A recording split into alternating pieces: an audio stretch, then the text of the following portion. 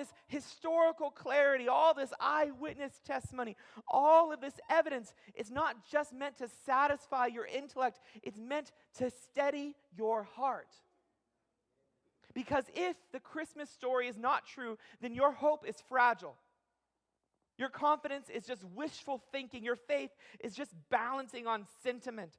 But if this really happened, then everything changes.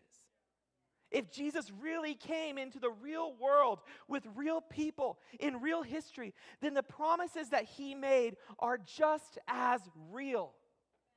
His words carry weight. His presence carries authority. His salvation carries power. And his love is not just symbolic. It's just not a nice feeling. His love is embodied and it's demonstrated and it's rooted in the soil of Israel. It's in the sorrow of Golgotha. It's in the glory of the empty tomb.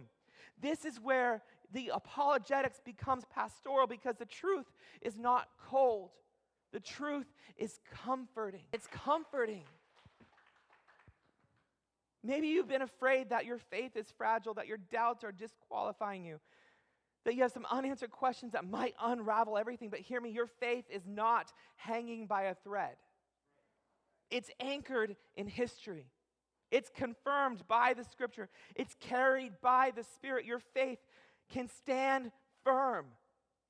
You don't have to fear the questions. Questions don't destroy a faith that's grounded in truth.